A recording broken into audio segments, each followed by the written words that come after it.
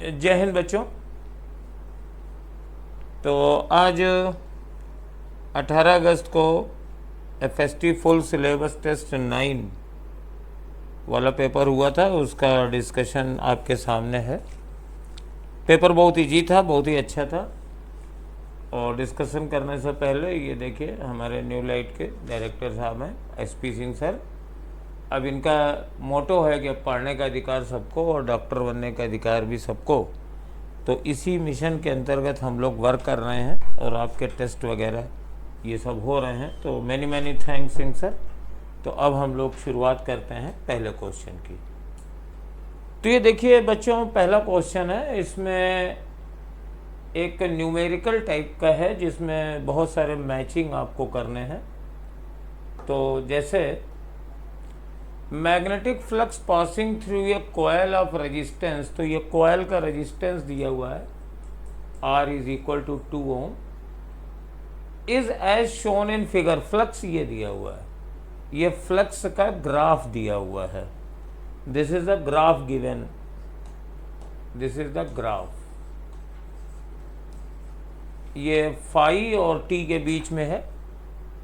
Match the following two columns in column second all physical quantities in SI unit, मतलब ये SI unit में निकालनी है।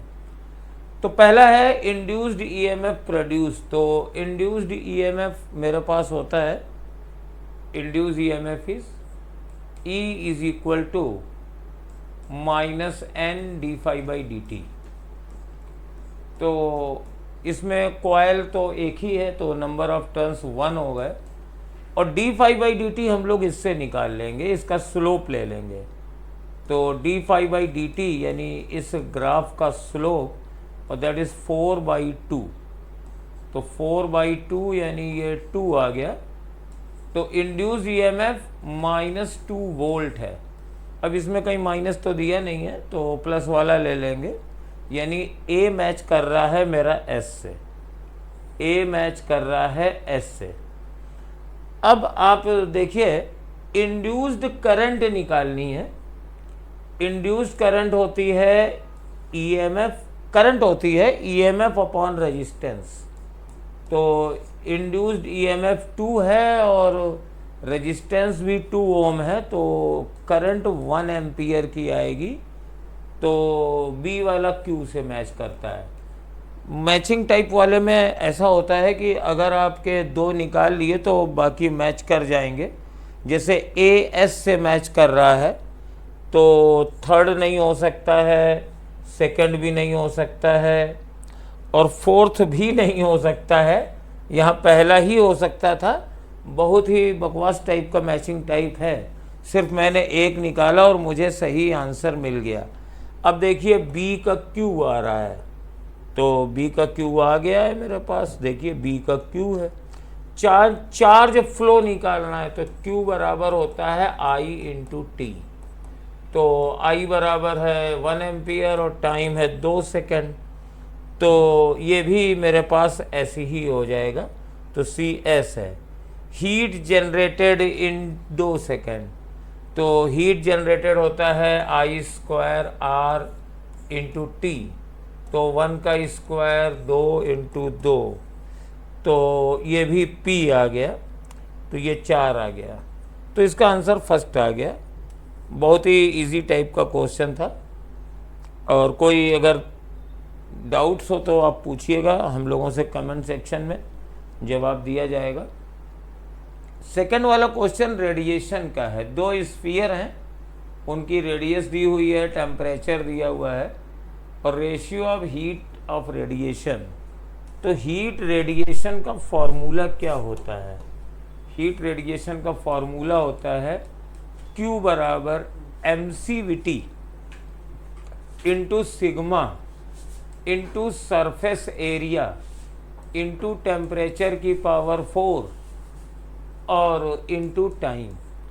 तो अगर मुझे रेट निकालना है तो यानी dq बाई dt निकालना है, तो that is proportional to sigma s, तो वही रहेगा सरफेस एरिया और t की पावर 4। तो अगर रेशियो पहले में ये रेडियस r है तो 4 पाई r स्क्वायर, और इसका टेम्परेचर था 2T0, तो 2T0 की पावर 4। ये मैंने पहले स्फीयर के लिए जिसकी रेडियस r थी और टेम्परेचर 2T0 था, उसके लिए rate of flow of radiation निकाला। और दूसरे के लिए अगर निकालेंगे dQ/dt, तो ये प्रोपोर्शनल टू, ये दोनों तो वही मटेरियल है, मटेरियल सेम है तो एमसीवीटी और सिग्मा सेम रहेगा, और ये आ जाएगा 4 पाई, और इसकी रेडियस बेटा 4r है तो 4r का स्क्वायर, और टेम्परेचर इसका T0 है, T0 टू द पावर 4। तो सपोज ये पहले की हीट लॉस रेट है, ये दूसरे की है R1/R2। तो लेट्स स्टार्ट R1/R2। जब आप R1/R2 करेंगे तो देखिए ये 4 पाई की तो कोई है नहीं, r स्क्वायर भी कट गया, T0 की पावर 4 भी कट गया, तो ये मेरे पास आ गया 2 की पावर 4, और नीचे आ गया 4 की पावर 2। दोनों 16 होते हैं, कट के 1 हो गया, यानी आंसर मेरा 1:1 आ जाएगा। तो ये दूसरा क्वेश्चन भी काफ़ी इजी था। अब आते हैं नेक्स्ट क्वेश्चन पे। The incorrect relation for a diamagnetic material epsilon is a small. तो जो डायमैग्नेटिक मटेरियल होता है, डायमैग्नेटिक मटेरियल,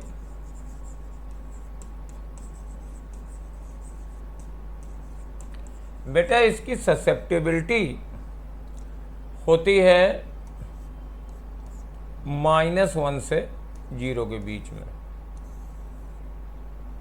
छोटी ही होती है। और तुम्हें मालूम है कि रिलेटिव परमेबिलिटी होती है 1 प्लस ससेप्टिबिलिटी।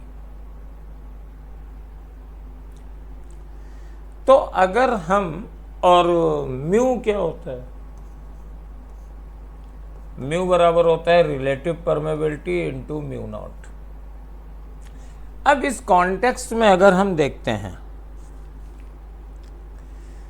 तो म्यू आर कितना होगा, पहले हम म्यू आर देखते हैं। म्यू आर ही ज़्यादातर में पूछा गया है, ससेप्टिबिलिटी तो ये सही ही हो गया है। और अब म्यू आर देखते हैं, म्यू आर कितना होगा। तो ये 1 प्लस ससेप्टिबिलिटी माइनस में है, तो ये कुछ माइनस क्वांटिटी होगी, इससे 1 माइनस एप्सिलॉन 0। तो म्यू आर की वैल्यू 1 माइनस एप्सिलॉन 0 होगी, where epsilon 0 is equal to susceptibility. तो अगर एप्सिलॉन 0 0 है तब तो ये 1 होगी, और अगर ये 1 है तो 0 के बराबर होगी। तो रिलेटिव परमेबिलिटी ये बेटा 0 से 1 के बीच में रहेगी। ये रिलेटिव परमेबिलिटी डायमैग्नेटिक की 1 से ऊपर नहीं जा सकती है, क्योंकि इसकी ससेप्टिबिलिटी निगेटिव है, और ये कह रहा है 1 से ज़्यादा है, तो यही स्टेटमेंट गलत हो गया। और बाकी ये सही है, 1 से 0 के बीच में ससेप्टिबिलिटी होगी। अगर ये टोटल -1 है तब 0 हो गई, अगर ये 0 के बराबर है तो 1 आ जाएगी। तो ये भी सही है, म्यू लेस देन म्यू 0 है, क्योंकि म्यू की value mu r into mu naught होती है। तो अगर म्यू आर की वैल्यू तुम्हारी 1 से छोटी है, mu r into a number which is less than 1, तो इसका मतलब है ये वाली वैल्यू म्यू से छोटी होगी। तो ये 3 स्टेटमेंट सही हैं, चौथा वाला गलत है। ये इस बार आपके PYQ में भी उसमें भी आया था 24 के पेपर में, फॉर्म बदल के। ये टेबल बहुत बार पूछी गई है। चलिए नेक्स्ट क्वेश्चन पे आते हैं। हाँ तो बेटो अब ये चौथा वाला क्वेश्चन देखिए। इस चौथे वाले क्वेश्चन में एक्चुअली जो प्रोसेस होते हैं पीवी की पावर सम एक्स बराबर कांस्टेंट, तो इनकी प्रोसेस की स्पेसिफिक हीट निकालने का हम लोग एक फॉर्मूला याद रखते हैं। सी ऑफ प्रोसेस बराबर होता है सीवी, और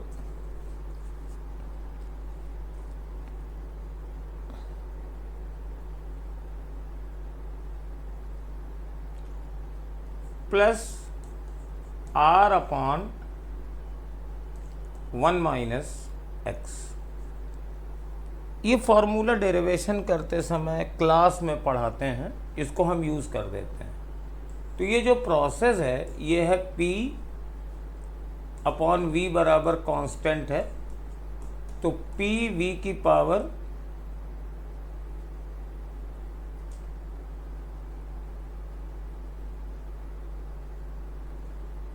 -1 बराबर कांस्टेंट है। तो x बराबर मेरे पास यहाँ से -1 आ गया, तो C बराबर CV plus R upon 1 minus -1, तो CV प्लस R/2। ये इसका छोटा सा आंसर है सेकंड वाला। ये आइसोट्रोपिक प्रोसेस का फॉर्मूला आपको याद होना चाहिए, ये कई बार पूछा जाता है। और अगर आपको ये नहीं याद है, डेरिवेशन इसका क्लास में करा देते हैं, डेरिवेशन कोई उतना ज़रूरी भी नहीं है, बस आप एक फॉर्मूला याद रखिए। चलिए नेक्स्ट पे आते हैं। Two tuning forks have frequency 450 and 454 hertz. On sounding these forks together, the time interval between successive maxima। तो इसमें से पहले हम निकालेंगे बीट फ्रीक्वेंसी। बीट फ्रीक्वेंसी, और ये होती है N1 और N2 के डिफरेंस के बराबर।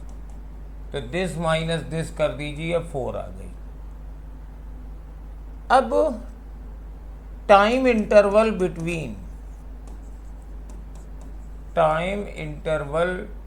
बिटवीन टू मैक्सिमा या टू मिनिमा, ये दोनों होती हैं 1 अपॉन बीट फ्रीक्वेंसी, यानी 1/4, यानी 0.25। तो 1/4 आंसर है इसका, फर्स्ट वाला 1/4 आंसर आ जाएगा। और ये डेफिनेशन ही है, 1 सेकंड में जितनी बार साउंड मैक्सिमम सुनाई दे वो बीट फ्रीक्वेंसी होती है। तो 1 सेकंड में 4 बार मैक्सिमम साउंड सुनाई देगी, ऑफ कोर्स 4 बार मिनिमम भी सुनाई देगी, तो कोई एक चूज़ कर लीजिए। और तो 2 के बीच का गैप कितना निकलेगा, 1/4 सेकंड आ जाएगा। नेक्स्ट देखिए, ये थ्योरी का है। The mean free path of a gas molecules are inversely proportional to square of the molecular diameter, और average kinetic energy of the gas molecule is directly proportional to absolute temperature of the gas. तो अगर आप KTG में आप formula देखें, जो mean free path का formula होता है, formula for mean free path, और काइनेटिक एनर्जी एवरेज का फार्मूला देखें, तो ये दोनों ही सही है। Mean free path lambda proportional to 1 upon diameter का स्क्वायर होता है, साथ में गैस की नंबर डेंसिटी भी आती है। और kinetic energy, average kinetic energy, ये प्रोपोर्शनल टू T रहती है। तो दोनों ही स्टेटमेंट सही हैं, इसका आंसर चौथा रहेगा। अब जैसे मोनोएटॉमिक गैस है, तो average kinetic energy gas molecules की कितनी होती है? मोनोएटॉमिक की 3/2 RT होती है, डायटॉमिक की 5/2 RT होती है। तो R तो कांस्टेंट है, 3/2 5/2, ये डिग्री ऑफ फ्रीडम बाई 2 भी कांस्टेंट है, तो ये डायरेक्टली प्रोपोर्शनल रहती है। नेक्स्ट चलिए, the terminal velocity of A sphere moving through a viscous medium is. तो टर्मिनल वेलोसिटी का फॉर्मूला हमें मालूम होगा 2/9 rho minus sigma into radius का स्क्वायर अपॉन विस्कोसिटी और इंटू जी, ये फार्मूला रहता है। अब आप इसमें देखिए रेडियस के स्क्वायर के प्रोपोर्शनल है, तो directly proportional to the square of the radius of the sphere, ऊपर है ना, तो ये आंसर आ गया सीधे, एक फॉर्मूले पे ही क्वेश्चन था, थर्ड ऑप्शन हो जाएगा इसका। And equi convex lens of focal length 15, equi convex lens है मतलब इन दोनों सरफेसेस की रेडियस ऑफ कर्वेचर सेम है, आर आर मान लिया और ऐसे दो पार्ट में ऐसे डिवाइड कर दिया। तो what is the focal length of each part, तो पहले तो पूरी लेंस की निकाल लीजिए, 1/f बराबर म्यू माइनस 1, ये पॉजिटिव है और माइनस ये आर निगेटिव है, तो ये आ गया, तो म्यू माइनस 1 इंटू 2/r आ गया और फोकल लेंथ 15 है ये। अब जब इन्होंने इसको काट दिया और एक पोर्शन को कंसीडर कर रहे हैं, तो 1/f डैश यही निकालनी है बराबर म्यू माइनस 1 2/, ये तो r, यही फार्मूला लगेगा, 1/r, ये तो r है, और माइनस ये प्लेन सरफेस है तो इसकी रेडियस ऑफ कर्वेचर इन्फिनिटी हो गई, तो ये म्यू माइनस 1/r आ गया। अब म्यू माइनस 1/r कितना है, वैल्यू रख दीजिए, म्यू माइनस 1/r बराबर है 1/30, तो ये दो नीचे आएगा, तो म्यू माइनस 1/r की वैल्यू हो गई 1/30, यानी नई वाली फोकल लेंथ 30 सेंटीमीटर की हो जाएगी दोनों सेक्शन की, चाहे इसकी निकालो चाहे इसकी निकालो, इसके लिए भी वही आर और इन्फिनिटी है, दोनों की 30 सेंटीमीटर आ जाएगी। और वैसे भी आप लोग याद कर लो, अगर इक्वी कॉन्वेक्स लेंस को ऐसे बांटोगे तो फोकल लेंथ डबल हो जाती है, और अगर ऐसे काटोगे तो फोकल लेंथ पे कोई परिवर्तन ही नहीं होता है। चलिए अगले क्वेश्चन में आइए। An object of size 3 centimetre is placed 14 centimetre in front of a concave lens of focal length 21, describe the image, describe at the image produced by the long lens. तो ये कॉन्केव लेंस ले लिया और इसकी focal length -21 centimetre हो गई और object का साइज 3 सेंटीमीटर है और ये 14 सेंटीमीटर दूर पे ऐसे रखा गया है। अब बस लेंस वाले फार्मूले लगाने हैं हमें, सीधे सीधे फार्मूले ही लगाने हैं हमें। तो सबसे पहला फार्मूला हम इमेज की पोजीशन लगा लें, तो 1/v माइनस 1/u बराबर 1/f, तो 1/v माइनस u की वैल्यू -14 है, लेफ्ट में है क्योंकि लाइट रेज इधर से जा रही हैं, तो -14 प्लस 1/-21, तो 1/v बराबर -1/21 प्लस 1/14। अब इसका एलसीएम ले लीजिए, 21 और 14 का एलसीएम 42 होता है, तो ये आ जाएगा -2 और +3,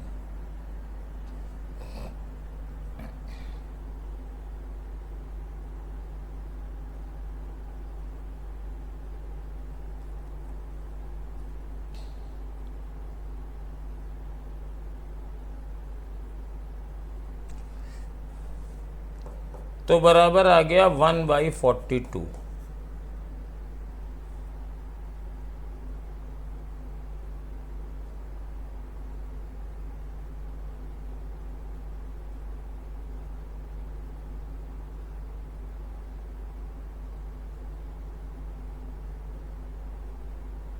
ये मैंने थोड़ी सी कैलकुलेशन में गड़बड़ कर दी है, ये प्लस है तो बेटा ये वाला टर्म माइनस होगा।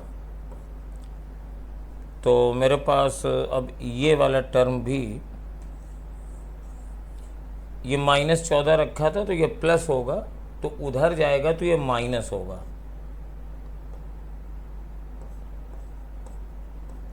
तो ये एलसीएम 42 ही आएगा, ये -2 आएगा, ये -3 आएगा। तो बस ये माइनस में आएगा और ऊपर 5 आ जाएगा। तो v बराबर मेरा कितना आया, -42/5, तो -8.4 सेंटीमीटर। तो ये v में यही है, और देखो और कोई आंसर नहीं मैच कर रहा है, तो इसका साइज भी यही आना चाहिए।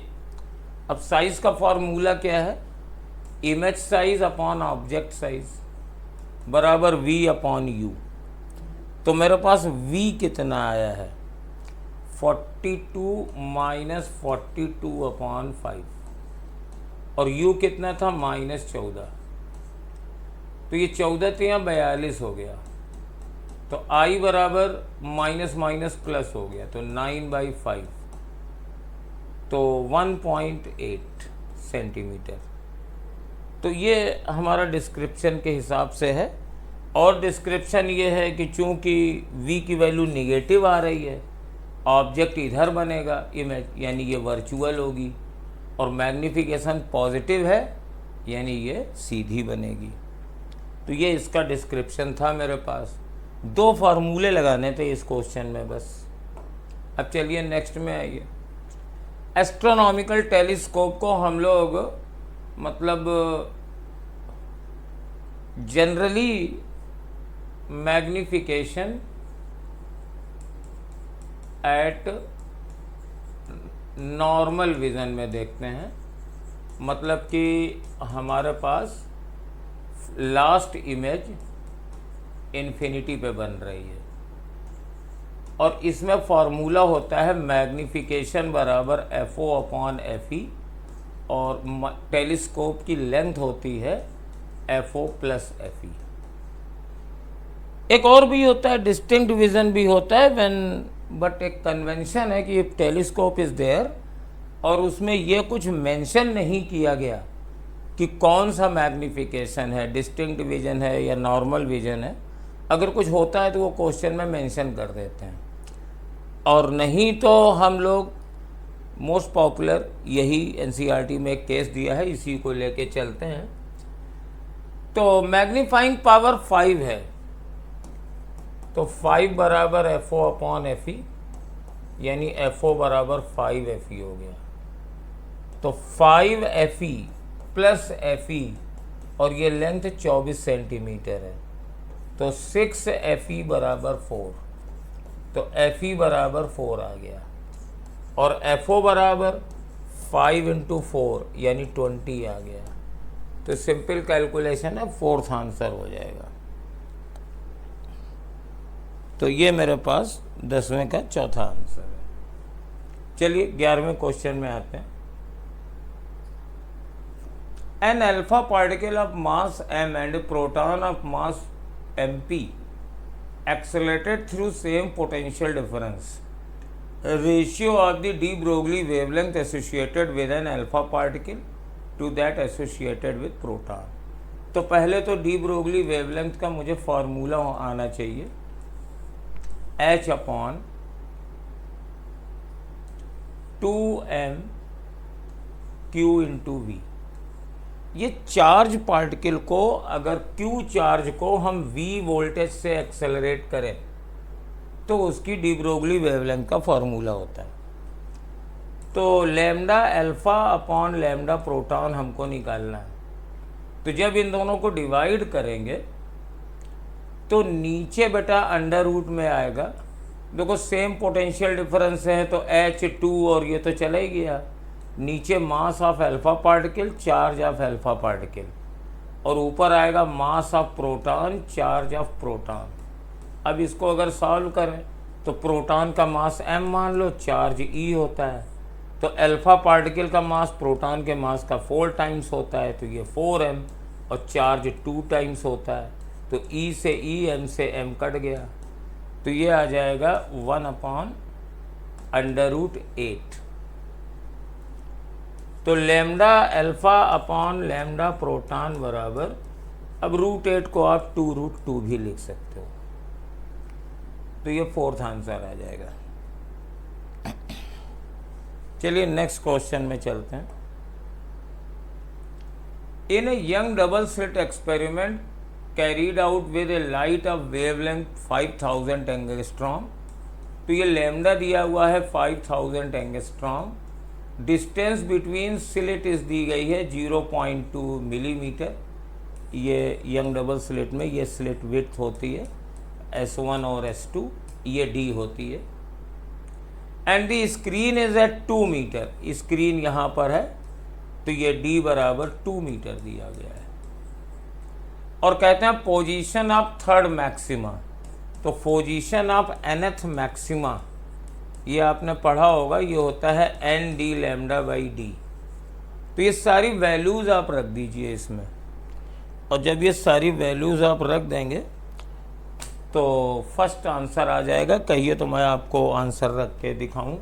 आंसर सेंटीमीटर में है तो हम सारी वैल्यू सेंटीमीटर में ही रखेंगे।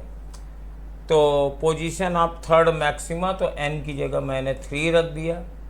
D ये 2 मीटर है तो इसको मैंने 200 सेंटीमीटर रख दिया। ये 0.2 मिलीमीटर है तो इसको 0.02 सेंटीमीटर रख दिया।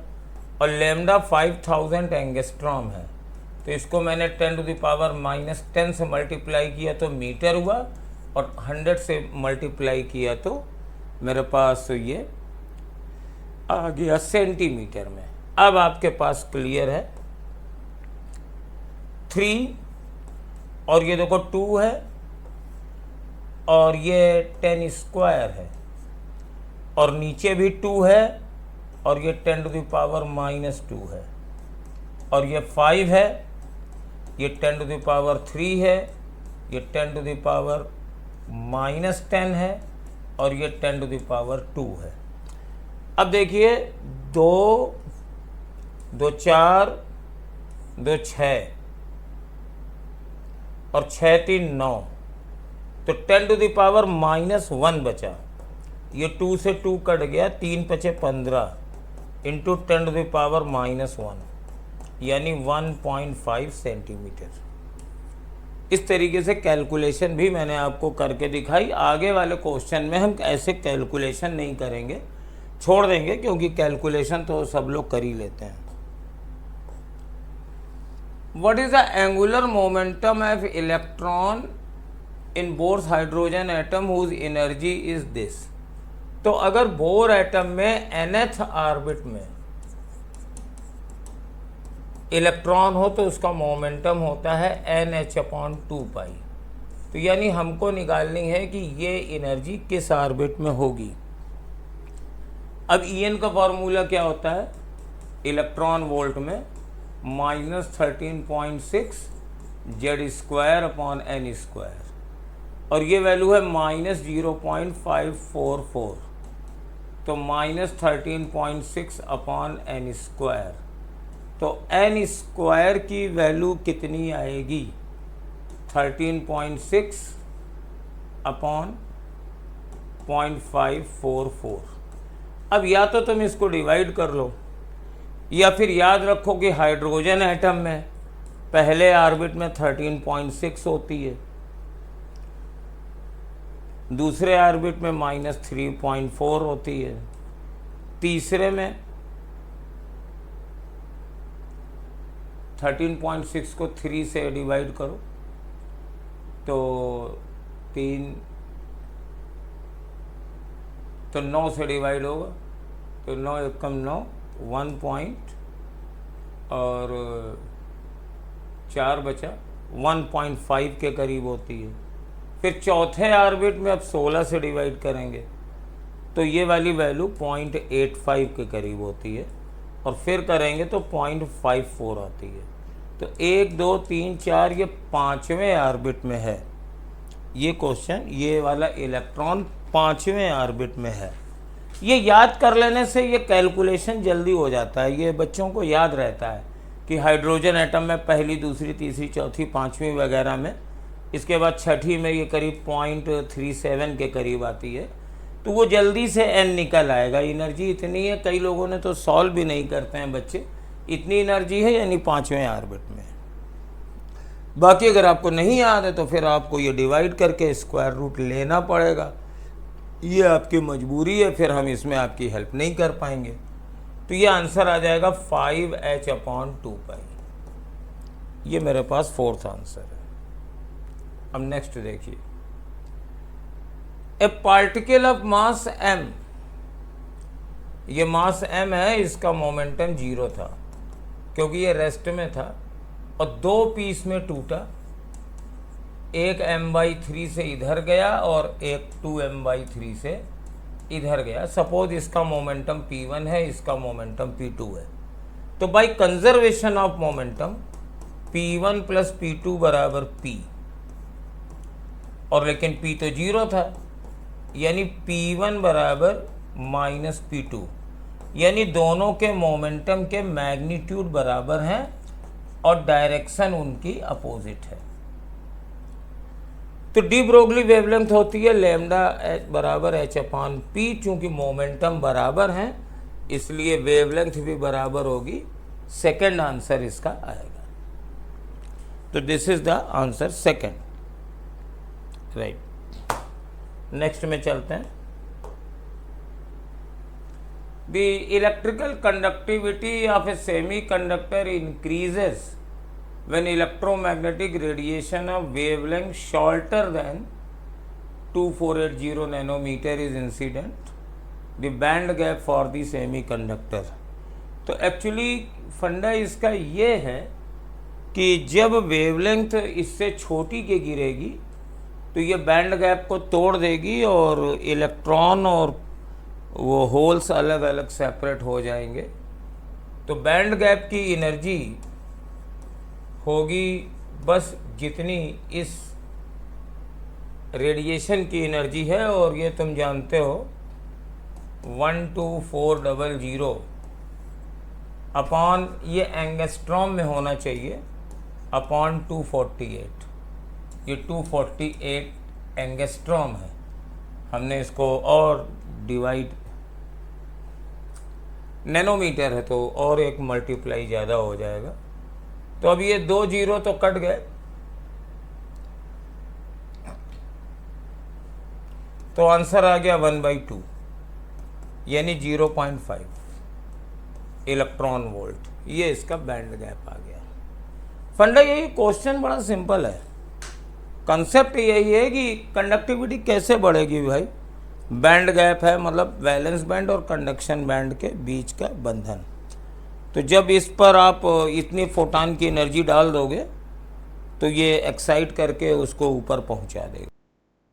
तो अब देखिए question number 16। In a young experiment with 1 source and 2 slits, तो नॉर्मल वही एक्सपेरिमेंट है, एक सोर्स है, 2 स्लिट्स हैं, और क्या किया गया, एक स्लिट को ब्लैक पेपर से कवर्ड कर दिया। तो ये कवर्ड है, तो बेटा इससे तो लाइट जाएगी ही नहीं, मतलब ये 2 सोर्स नहीं रहे, अब एक ही सोर्स रहा। तो जब एक सोर्स रहेगा तो कोई इंटरफेरेंस नहीं, इंटरफेरेंस के लिए 2 सोर्स होने चाहिए।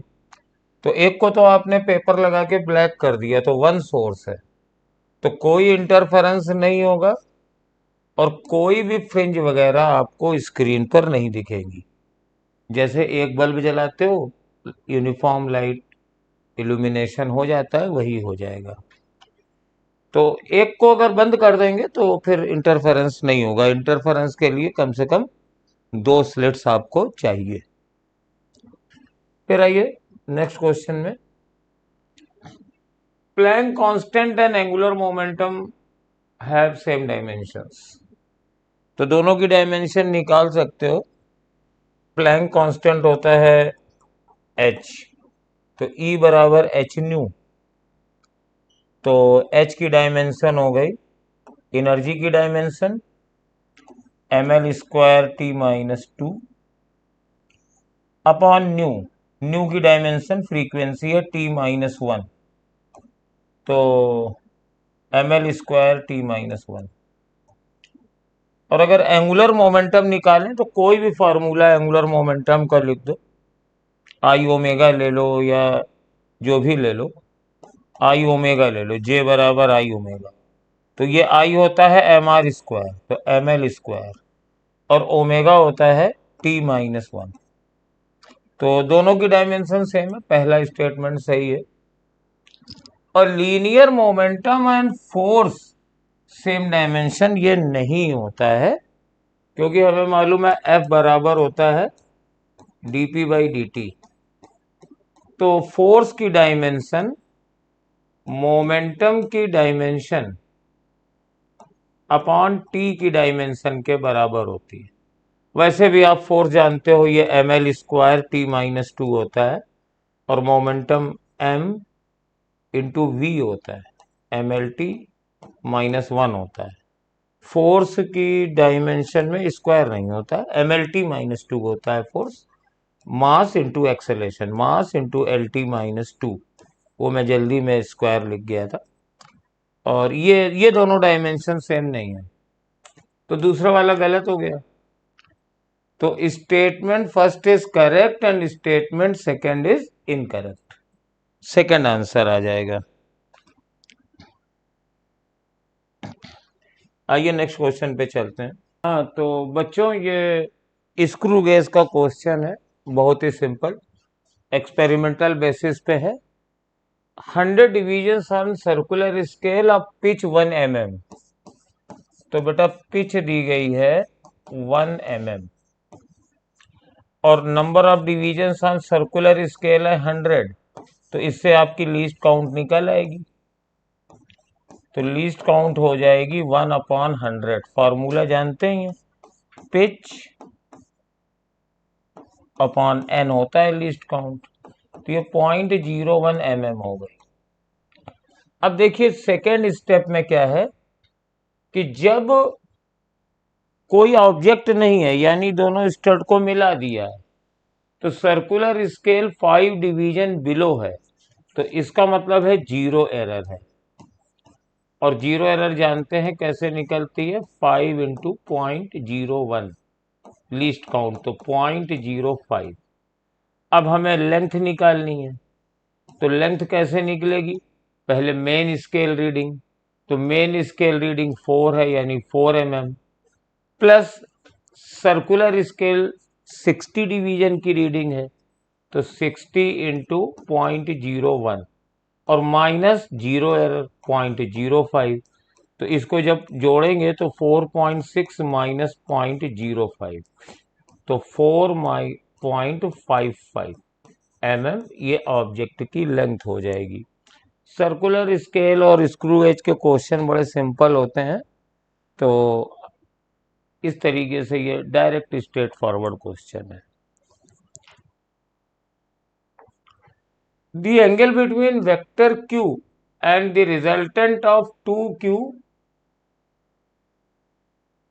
plus 2p plus 2q minus 2p, तो इन दोनों का रिजल्टेंट पहले निकाल लो, 2q प्लस 2p और प्लस 2q माइनस 2p। तो इनको जोड़ेंगे तो ये दोनों तो कैंसिल हो जाएगा, 4q आ जाएगा। तो वेक्टर q एंड 4q, तो इसका मतलब है कि दोनों की डायरेक्शन सेम है, इनके बीच में एंगल 0 आएगा। तो बहुत ही देखा सुना क्वेश्चन था।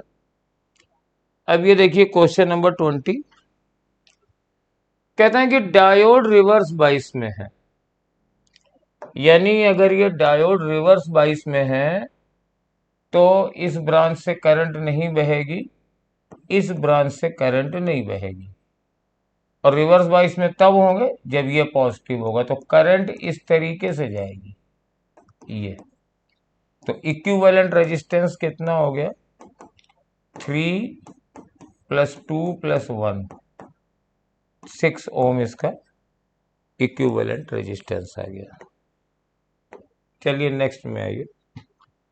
कहते हैं ये लॉजिक गेट क्या है, तो देखिए यहाँ पे इसको ऐसे ही देख के बता देते हैं।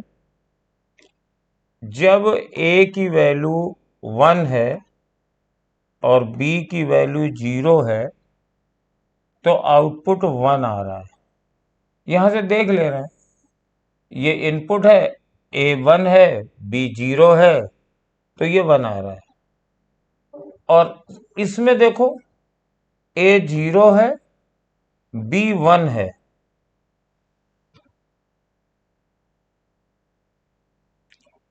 ए 0 है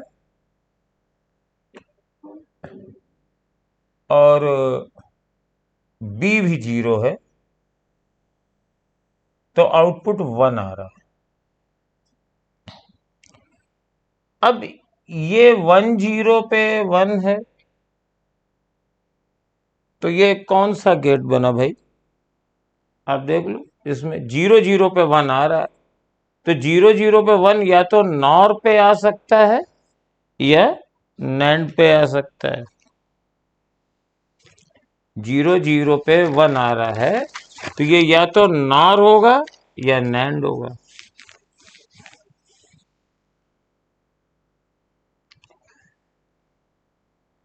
अच्छा, ये मैंने गलत लिखा है, 1 0 1 0 पे y 0 है, सॉरी, ये थोड़ा सा गलत लिख दिया था। ये 1 a 1 है, b 0 है, तो y 0 है। और जब दोनों 0 हैं तो 1 है, तो क्लियर है, ये नॉर गेट हो गया। ये नॉर गेट है, नॉर गेट ही। अब देखो कहीं 1 1 है क्या? 1 1 पे ये 0 आ जाएगा। थर्ड भी देख लो, ये a 0 है, b 1 है, तब भी y 0 है, तो ये 0 है, ये 1 है, तब भी 0, तो ये नॉर गेट के स्ट्रक्चर है। फिर ये 1 है, ये 0 है, तब भी 0 है, यानी कोई भी 1 है तो ये 0 है। और 1 कब है? जब दोनों 0 हैं, यानी क्लियरली ये नॉर गेट की लॉजिक लग रही है। नॉर गेट इसका आंसर है। ये यहां पे ऐसा है कि ये बाइंडिंग एनर्जी पर न्यूक्लियन है, पीक्यू इनकी बाइंडिंग एनर्जी कम है, ये छोटे एलिमेंट हैं, तो छोटे एटॉमिक नंबर के ये फ्यूजन नहीं दे सकते हैं।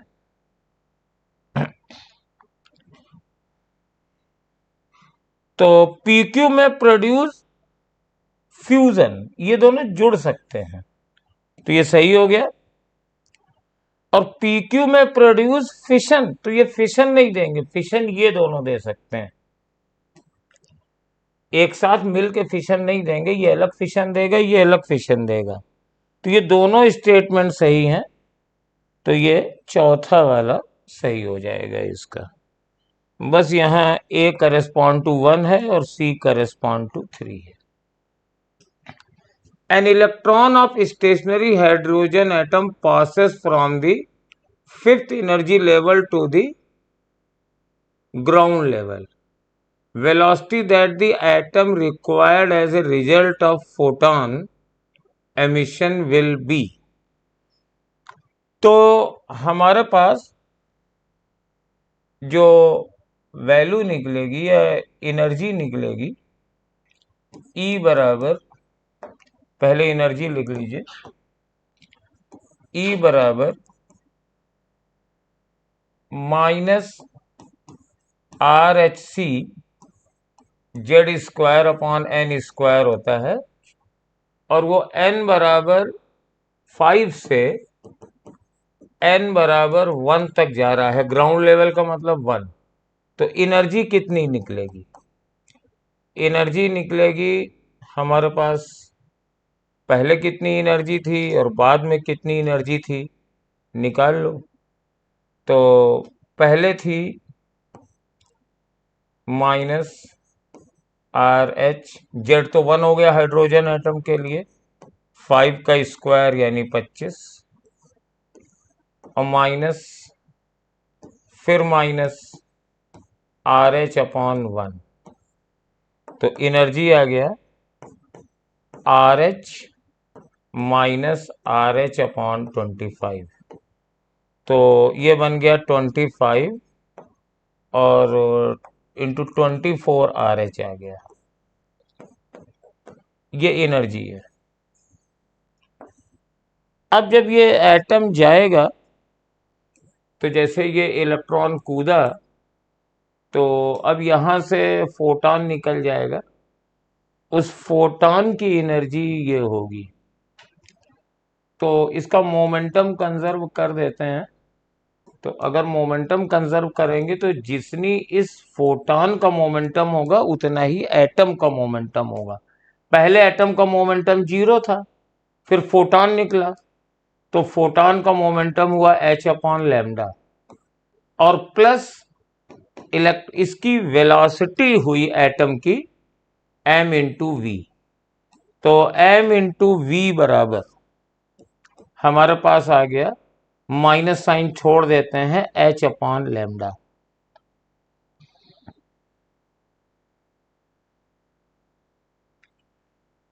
अब मोमेंटम, ये फोटॉन की एनर्जी, तो फोटॉन की एनर्जी दी है तो h अपॉन लैम्डा क्या होगा, यहां पे एक टर्म मैंने देखो छोड़ दिया है, c, c, c, और ये c, ये c।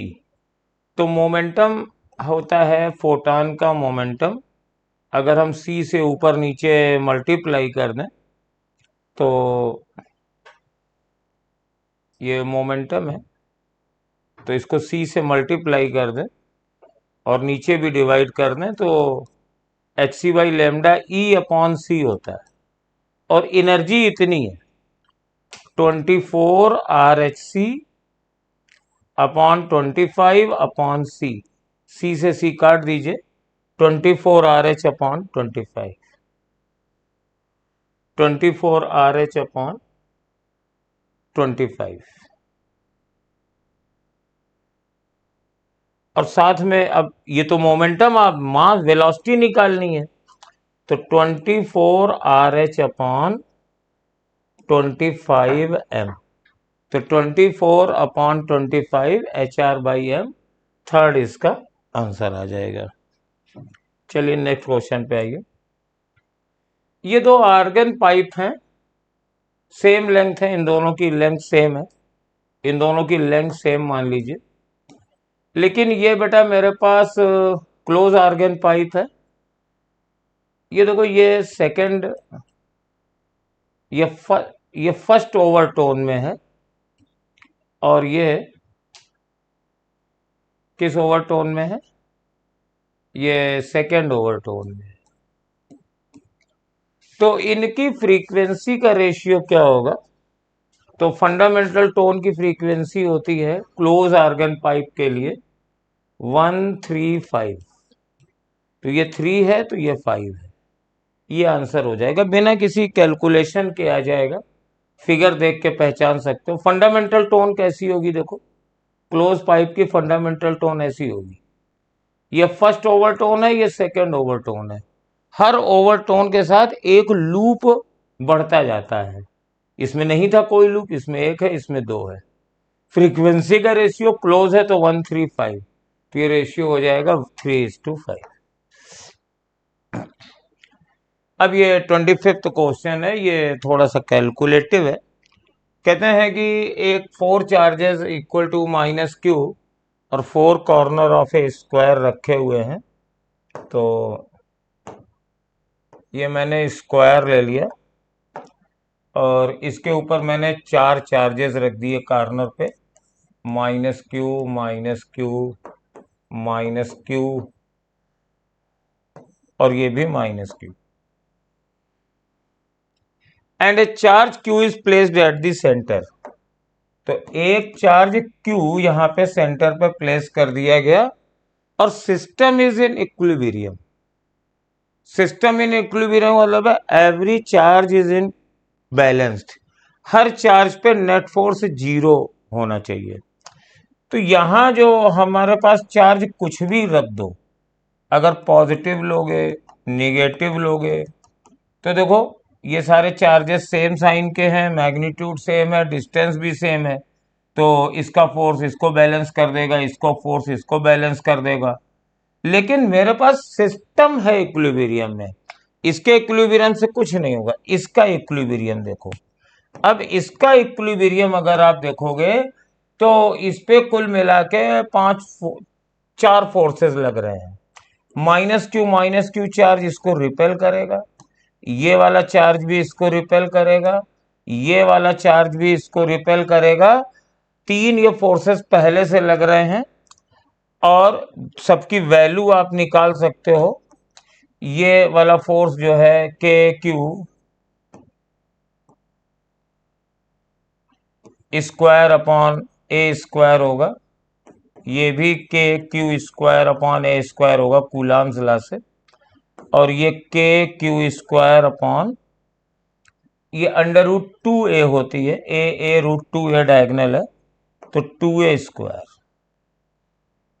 और इन तीनों का अगर हम रिजल्टेंट निकालें, इन तीनों का, तो ये रिजल्टेंट इसी तरफ आएगा। कितना आएगा निकाल सकते हैं, ये दोनों इक्वल फोर्सेस हैं 90 डिग्री पे, तो इधर की ओर टोटल फोर्स हो जाएगा के Q square upon 2a square plus के क्यू स्क्वायर अपॉन ए स्क्वायर अंडर रूट 2। और अगर आप चाहते हो कि ये रिजल्ट इक्विलिब्रियम में रहे तो जितना फोर्स इधर लग रहा है उतना ही फोर्स इधर लगना चाहिए। तो मतलब माइनस क्यू और इस प्लस क्यू के चार्ज में अट्रैक्शन होना चाहिए, यानी क्यू की वैल्यू पॉजिटिव होगी, निगेटिव नहीं होगी। तो निगेटिव वाले आंसर तो वैसे ही एलिमिनेट हो गए। अब ये फोर्स कितना होगा, के क्यू क्यू अपॉन, अब ये डिस्टेंस खाली a बाई रूट 2 है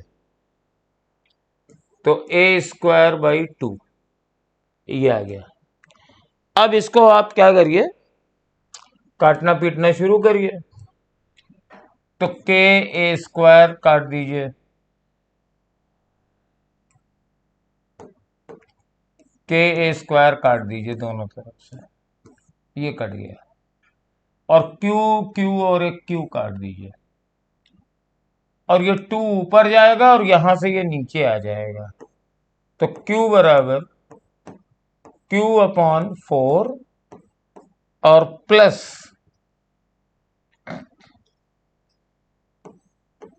Q अपॉन ये रूट 2 है और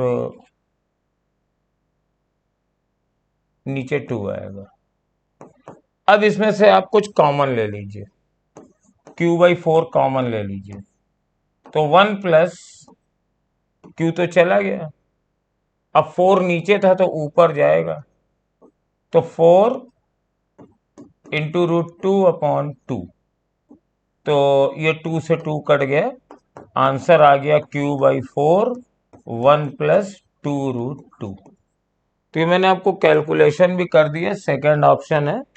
थोड़ा सा पुराना क्वेश्चन है, स्टैंडर्ड क्वेश्चन है, ज़्यादातर बच्चों को याद भी रहता है, और अगर आप थोड़ा सा लंबा है। Electromagnetic energy is radiated by, stationary charge से नहीं रेडिएट करेगा, यूनिफॉर्म मोशन से नहीं करेगा, एक्सेलेटेड चार्ज से करेगा। और यहां पे अगर एंड न लगा होता तो ये भी सही होता, एंड का मतलब है ये भी रेडिएट करेगा, ये भी रेडिएट करेगा, लेकिन चार्ज इन यूनिफॉर्म मोशन तो नहीं रेडिएट करता है, इसलिए फोर्थ ऑप्शन गलत हो जाएगा। आइए नेक्स्ट में क्वेश्चन नंबर 27 देखते हैं।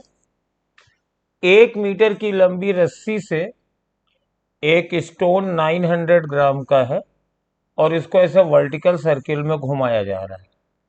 कहते हैं कि tension in the string when stone is eight lowest position.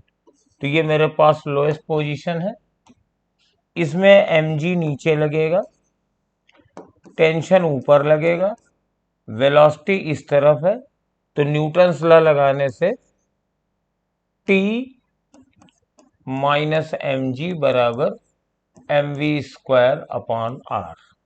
तो टेंशन बराबर हो जाएगा mg plus mv square upon r। अब देखिए वेलोसिटी कैसे निकालेंगे, तो यहां पर वर्टिकल सर्कुलर मोशन में स्पीड चेंज होती है, लेकिन एक यहाँ पे क्लू दिया गया है कि 10 आरपीएम कर रहा है। तो मतलब पर मिनट 10 इसके रोटेशन है। तो हम एवरेज स्पीड इसकी ले लेंगे। अगर ये 10 आरपीएम है तो इसका मतलब है रोटेशंस पर सेकेंड n बराबर कितना है, 10/60 यानी 1/6। तो v बराबर हो जाएगा r ओमेगा, r यानी 1 और ओमेगा की जगह 2πn, तो 2π/6 यानी π/3 आ जाएगा। अब वैल्यू रख देंगे सब जगह। टेंशन बराबर mg, तो आप mg रख दीजिए। m है 900 ग्राम और kg में बदल लो 1000, और g की वैल्यू कह रहे हैं 9.8 लेनी है, तो 9.8 ले लो। फिर m 900/1000 और r की जगह तो 1 हो गया, और हम लोग r ओमेगा स्क्वायर रख दे रहे हैं, v²/r है तो ठीक है। तो r की जगह नीचे 1 आ गया और v की जगह रख देंगे π/3 का स्क्वायर। अब यहाँ पर एक हिंट दी है कैलकुलेशन के लिए, π² बराबर 9.8 है। तो पहली बात तो ये 9 ये 2 जीरो इससे कट जाएंगे और ये 9/10 आएगा इंटू 9.8 और प्लस ये 9/10, और ये हमारे पास आएगा π²/3। तो π²/9 हमने लिख दिया, स्क्वायर कर दिया इसका 3 का। और अब देखो यहाँ से π² की जगह भी 9.8 में रखने वाला हूँ। तो अब थोड़ी सी जगह बना ली जाए यहाँ पे कैलकुलेशन के लिए। तो 9/10 कॉमन ले लो और π² की जगह 9.8 रखेंगे तो वो भी कॉमन ही हो जाएगा। तो 9.8 भी कॉमन ले लिया। अब यहाँ पर आया हमारे पास 9/10 इंटू 9.8 1 बचा। तो ये 9/10 तो चला गया है, 1/9 आया। तो 9/10 इंटू 9.8 और ये 10/9, तो 9 9 10 10 कैंसिल हो गया। आंसर इसका 9.8 न्यूटन आएगा, थर्ड वाला। तो बस चीजों को ध्यान रखिए, क्वेश्चन बहुत सिंपल है। The gravitational potential at a point above the surface of earth is this. तो v दिया है और acceleration due to the gravity दी है, और assume that the mean radius of earth भी 6400 किलोमीटर है। Height of this point above the earth surface. तो यहाँ पर एक्चुअली ये मान लीजिए अर्थ की रेडियस है और ये हाइट है, तो यहाँ पोटेंशियल कितना होगा, -gm/r, और ग्रेविटेशनल फील्ड कितनी होगी वो भी नीचे ही होगी, वो होगी gm/r²। यही फार्मूला होता है। ये पोटेंशियल है और ये पोटेंशियल माइनस में ही होगा, और ये इलेक्ट्रिक फील्ड माइनस में इसलिए है क्योंकि डायरेक्शन इधर है। तो अगर हम E इंटू आर कर दें तो मुझे V मिल जाएगा। तो E इतना ही होता है, इसी की वैल्यू G भी होती है अर्थ से सेंटर से R डिस्टेंस पर। तो ये आ जाएगा 6.4 इंटू आर और बराबर आ गया V, और V है, अब वैल्यू रखेंगे माइनस नहीं रखेंगे, 5.12 इंटू 10⁻7। 7 ही है कि -7 है, मैं ओरिजिनल पेपर में देखूं, हाँ 7 ही है, ये 7 ही है। अब बस कैलकुलेट करना है। R बराबर आ जाएगा 6.4 अपॉन 5.12 इंटू 10⁻7। तो डिवाइड कर लीजिए, R बराबर कितना आएगा,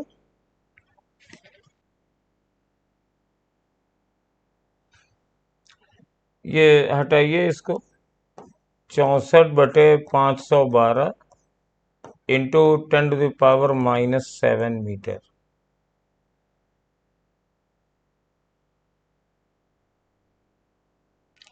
तो जब इसको कैलकुलेट करेंगे तो आंसर ये तो आ नहीं रहा है, किससे कटेगा भाई? ये 6 से कटेगा।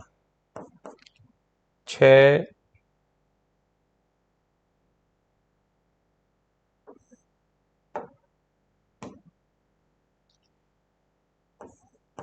640/512 इंटू 10⁻⁻7 मीटर आ रहा है, और ये 6.4 है। ये डेफिनेटली -7 होना चाहिए। This should be -7। तो अगर ये -7 है तो ये +7 हो जाएगा।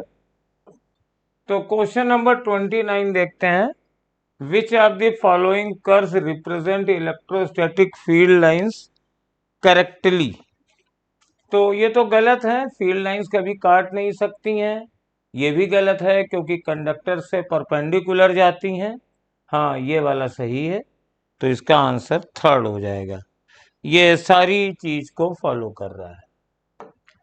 ये क्वेश्चन बहुत अच्छा है। देखिए, ये इक्विपोटेंशियल सरफेस है, तो इलेक्ट्रिक फील्ड की डायरेक्शन इक्विपोटेंशियल सरफेस के परपेंडिकुलर होती है, और फील्ड की डायरेक्शन में चलने पर पोटेंशियल कम होता है। तो इलेक्ट्रिक फील्ड डेफिनेटली किस डायरेक्शन में होगी, देख लीजिए। इलेक्ट्रिक फील्ड की डायरेक्शन में रेड कलर से बना रहा हूं, तो ये ऐसे होगी। ये लाइक दिस, ये होगी। क्योंकि अगर फील्ड की डायरेक्शन में चलेंगे तो इस डायरेक्शन में यहाँ 30 का पोटेंशियल है, फिर यहाँ पे 20 का है, फिर यहाँ 10 का है, तो ऊपर की ओर ही होगी। अब ये वैल्यू कैसे निकालेंगे? तो बहुत ही आराम से निकाल देते हैं। ये वाली डिस्टेंस कितनी है? देखिए, ये वाली है डिस्टेंस मेरे पास, हमारे पास 10 सेंटीमीटर है, और पोटेंशियल डिफरेंस कितना है? 10 से 20 है। तो अगर हम इस डायरेक्शन में चले तो डेल्टा V 20 - 10 वोल्ट, 20 - 10 वोल्ट, यहाँ का 10 वोल्ट है, यहाँ का 20 है, अपॉन इस पॉजिटिव डायरेक्शन में डिस्टेंस चले हैं 10 सेंटीमीटर, तो 10 इंटू 10⁻⁻²। अब देखिए, ये इलेक्ट्रिक फील्ड है, और इलेक्ट्रिक फील्ड मान लीजिए कि इसके कंपोनेंट करें, मान लो ये एंगल थीटा है, तो अगर ये E है तो इधर हो जाएगा E cos theta, E cos theta, ठीक है ना? तो E cos थीटा हो गया, और हमारे पास ये जो वैल्यू आ जाएगी मेरे पास, this is equal to magnitude wise E cos theta. इधर पोटेंशियल जाने पे बढ़ रहा है, तो इधर जाने पे, इधर बढ़ रहा है तो इधर जाने पे कम होगा, तो इसीलिए इधर E है, तो ये माइनस होता है E cos theta. E cos theta की वैल्यू आ गई। अब ये थीटा आप निकाल सकते हो, ये 90 डिग्री है, ये 30 है, तो ये थीटा कितना होगा? ये 60 ही बचेगा। तो 10/10 इंटू -2 ऊपर चला गया, बराबर E और cos 60 1/2। ये एंगल 60 होगा क्योंकि ये दोनों लाइन परपेंडिकुलर होती हैं। तो मेरे पास ये कट गया, और E की वैल्यू हो गई, और ये -2 नीचे था तो ऊपर जाके प्लस हो गया, तो E बराबर 200 वोल्ट पर मीटर आ गया। और डायरेक्शन अगर निकालनी है तो हमें तो एक्स एक्सिस से निकालनी है, तो इधर से 60 है, तो इधर से एंगल 120 डिग्री हो जाएगी। तो ये मेरे पास आंसर है। अल्टरनेटिंग वोल्टेज दिया है, फ्रीक्वेंसी पूछ रहा है, तो ये ओमेगा है, 100 पाई बराबर 2 पाई n, तो n बराबर 50 हर्ट्ज, पाई से पाई कट गया, थर्ड आंसर आ जाएगा। अब ये देखिए, ये भी अच्छा क्वेश्चन है, this is a good question. Equivalent capacitance of three capacitors C1, C2 and C3 connected in parallel is 12। तो अगर पैरेलल में जोड़ेंगे तो C1 plus C2 plus C3 बराबर आ जाएगा 12। प्रोडक्ट C1, C2, C3 ये 48 है। When capacitors C1 and C2 are connected in parallel, तो खाली C1 और C2 को जोड़ा गया, तो C1 प्लस C2 बराबर 6, C1 plus C2 is equal to 6 है। तो अब C3 तो निकल आया, C1 C2 यहां 6 रख दो, तो C1 plus C2 6 plus C3 बराबर 12, यानी C3 बराबर मेरे पास हो गया 6। तो तीसरा वाला 6 का है, तो ये दो तो हो नहीं सकते। अब C1 C2 कितना है, तो C1 C2 बराबर 48/6, तो ये 8 होना चाहिए। तो यानी C1 और C2 का प्रोडक्ट 8 होना चाहिए। अब यहाँ पे दो तरीके हैं, एक तो क्वाड्रेटिक बना लो, C1 प्लस C2 बराबर 6 और C1 C2 बराबर 8, या चेक कर लो। ये आंसर तो हो ही नहीं सकते हैं क्योंकि लास्ट वाला 6 है, या तो ये होगा ये होगा, और C1 C2 का प्रोडक्ट 8 चाहिए, तो ये तो 5 एकम 5 हुआ, ये तो नहीं हो सकता। 4 दूनी 8, ये चौथा वाला होगा, ये नीट में करने लायक ये तरीका है। फिर उसके बाद एक current in a wire varies with time according to the equation I बराबर 4 plus 2t। The quantity of charge which passed through a cross section of the wire during the time 2 second to 6 second. तो यह मैं आपको एक shortcut बता रहा हूं। एक तरीका तो यह है कि Q बराबर I dt, और 2 से 6 इसको इंटीग्रेट कर लो, I की वैल्यू 4 प्लस 2t रख दो, इंटीग्रेट कर दो। दूसरा देखो कि अगर ये लीनियर वेरिएशन है, मतलब IT का ग्राफ I और T का ग्राफ में लीनियर रिलेशनशिप है, स्ट्रेट लाइन आ रहा है, तो 2 पर करंट निकाल लो। 2 सेकंड पर करंट कितनी है, 2 रखो, 2 दूनी 4, 4 8 है। 6 सेकंड पर करंट रखो, निकालो, तो यहाँ 6 रखोगे तो 6 दूनी 12 और 4 16, ये दोनों आ गई, तो एवरेज करंट हो जाएगी 8 प्लस 16/2, और इसको टाइम से मल्टीप्लाई कर दो, 6 माइनस 2, तो मेरे पास आ जाएगा 16 और 8, ये 24 होता है, और ये 2 आएगा, यानी 48 कूलम का चार्ज फ्लो कर जाएगा। तो ये बहुत अच्छा है, आप इंटीग्रेशन से बच जाओगे। कई बच्चे इसको ओरल कर लेंगे। 2 पे करंट निकालिए, 6 पे करंट निकालिए, एवरेज लीजिए, टाइम से मल्टीप्लाई कर दीजिए, चार्ज आ जाएगा। बट ये तभी लगेगा जब ये ग्राफ स्ट्रेट लाइन हो। अगर स्ट्रेट लाइन नहीं है, I बराबर 4 प्लस मान लो 2t स्क्वायर दिया होता, तब आपको इंटीग्रेट ही करना पड़ता। Please make sure this. Next में आइए, ये 2 बल्ब्स दिए हुए हैं और कह रहे हैं कि बल्ब कौन तेज चमकेगा और किसकी वाटेज ज्यादा है। तो 100 watt bulb, a 100 watt bulb and 260 watt bulb, B2 and B3। तो चलिए मेंशन कर लेते हैं, ये 100 वाट का बल्ब है और ये दोनों 60 वाट के बल्ब है, are connected to 250 volt source as shown in figure. तो how W1, W2 and W3 are output sources. तो यहां पर ये माना गया है कि ये वोल्टेज जो इनकी है 100 वाट और 60 वाट ये सेम वोल्टेज पे दी है, तो आप जानते हैं कि पावर बराबर V²/R होता है। तो पावर जितनी ज्यादा होगी रेजिस्टेंस उतना ही कम होगा।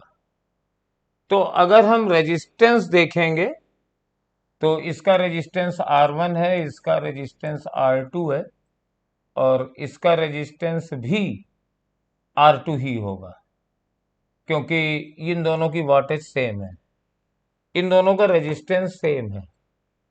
अब यहां पर ये जो मेरे पास करंट जा रही है, करंट दोनों में सेम है, तो I²R1 और I²R2 इसमें वाटेज, तो W1 बराबर क्या हुआ, I²R1 हुआ और W2 बराबर क्या हो गया, I²R2 हुआ। अब R2 जो है ये हमारे पास पावर इसकी 60 है, तो R2 ज्यादा होगा, भाई इसकी पावर 100 है, तो R1 बराबर कितना हुआ, V²/100 और R2 कितना हुआ, V²/60। तो R2 ज्यादा है, R1 कम है, तो दोनों में करंट सेम है और R2 ज्यादा है, तो W2 ग्रेटर देन W1 हो गया। अब अगर हम इन दोनों को देखें, W2 कैसा है, ये वाला वोल्टेज जितना भी हो हम कैलकुलेट नहीं करेंगे, ये टोटल 250 है तो ये 250 से कम होगा। तो मान लो इसके अक्रॉस वोल्टेज V2 है, तो V2² अपॉन R2 और ये W3 कितना है, ये हो जाएगा टोटल 250² अपॉन रेजिस्टेंस, तो इसका भी वही है R2। तो यानी W3 की वैल्यू तुम्हारे पास, अब ये R2 तो वही है लेकिन ये कम है, यानी W3 ज्यादा होगा, W2 कम होगा, तो हमारे पास W3 ग्रेटर देन W2 हो जाएगा। तो कौन सा आंसर चलेगा भाई, सबसे बड़ा W3 है, फिर W2 है, फिर W1 है, तो इसका आंसर क्या आना चाहिए, चौथा आना चाहिए। यस, चौथा आ भी रहा है, तो ये इस तरीके से निकाल सकते हैं। अदरवाइज आपका लंबा कैलकुलेशन ये है कि अगर आप इतनी जल्दी लॉजिक नहीं लगा सकते हो तो आप सब में वोल्टेज निकाल लो, मतलब पावर निकाल लो, देख लो खुद ही कम आ जाएगी, कौन ज्यादा आएगी, लॉजिक मत लगाओ। अब देखो यहां पर क्या है, यंग मॉडुलस का चेंज पूछ रहे हैं, तुमने लंबाई को बदला, चौड़ाई को बदला, सब कुछ बदला, लेकिन मटेरियल तो नहीं बदला ना। यंग मॉडुलस मटेरियल पर डिपेंड करता है, तो यंग मॉडुलस अभी भी वही रहेगा जो पहले था। नेक्स्ट क्वेश्चन में आइए, ये मीटर ब्रिज एक्सपेरिमेंट पर क्वेश्चन है और इसको अगर आप करेंगे, a metre bridge experiment, null point obtain at 20 centimetre from one end of wire when resistor X is balanced at another resistance Y। तो ये X रेजिस्टेंस है और ये Y रेजिस्टेंस है, ये वायर है और नल पॉइंट 20 पे आ गया और कहा गया है Y ग्रेटर देन X है, तो वैसे भी दिख रहा है, नल पॉइंट इधर से 20 पर आया है तो इधर ज्यादा है, तो Y ज्यादा है, X से कम है, और ये 80 हो जाएगा। पहली बात ये 80 हो जाएगा क्योंकि टोटल लंबाई 100 होती है, तो इसका मतलब है X/20 बराबर Y/80, तो Y/4X है। ठीक है, इतनी बात यहां से निकल आई। अब देखते हैं, where will be the new position of null point from the same end if one decide to balance a resistance of 4X against Y। तो यहां पे Y तो वही रहा लेकिन x की जगह मैंने 4x लगा दिया, ये कह रहा है ये, और कह रहे हैं बैलेंस पॉइंट कितना होगा। तो जाहिर है बैलेंस पॉइंट जो होता है इन दोनों के रेशियो में होता है, और पहले वाले से हमें मालूम है कि y बराबर 4x ही है, तो पहले तो x लगाया था तो नल पॉइंट 20 पर था, अब मैंने 4x कर दिया तो यानी ये दोनों बराबर हैं, तो नल पॉइंट बिल्कुल बीच में मिलेगा, यानी दोनों एंड से 50 पर मिलेगा। तो फर्स्ट ऑप्शन इसका हो जाएगा। देख लीजिए ठीक से पॉज करके। ये देखिए इसमें शायद आंसर गलत दिया है आप लोगों का। मुझे P पर मैग्नेटिक फील्ड निकालनी है तो मैं निकाल देता हूं।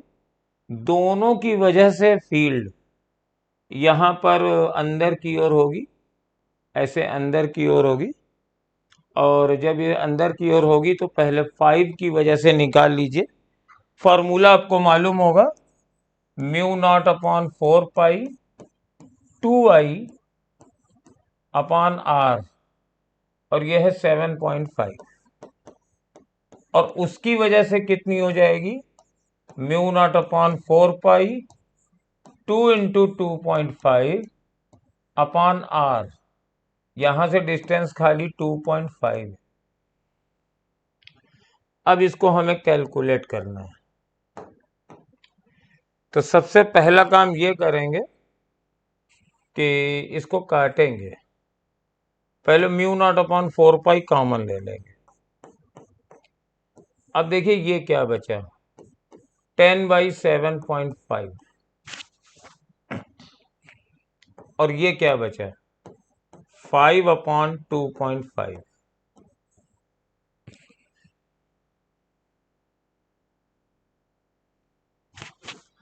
अब यहां से आप कुछ और कॉमन ले सकते हो, हाँ ले सकते हो, म्यू नॉट अपॉन 4 पाई 5/2.5 हमने कॉमन ले लिया दोनों में, तो यहां तो 2 बचा और यहां 3 बचा, और प्लस ये 1 आ गया। अब ये क्या बना, म्यू नॉट अपॉन 4 पाई, ये देखो ये ऊपर 2 जाएगा, 2.5 ये 2 जाए, और इसका एलसीएम आ जाएगा 3, 2 + 3,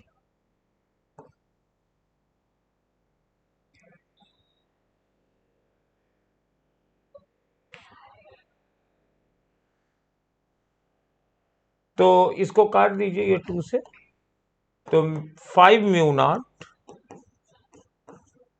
अपॉन 2/6 पाई, और डायरेक्शन क्रॉस होगी फ्लेमिंग राइट हैंड रूल से, तो ये थर्ड आंसर है। प्लीज मेक दैट, इसका आंसर सोल्यूशन में गलत दी छप गया है गलती से, तो उसमें ये आंसर इसका है, और इसी से आपकी कॉपी भी चेक होगी। एक मेटेलिक वायर है, फोल्डेड फॉर्म में, स्क्वायर लूप ऑफ साइड ए।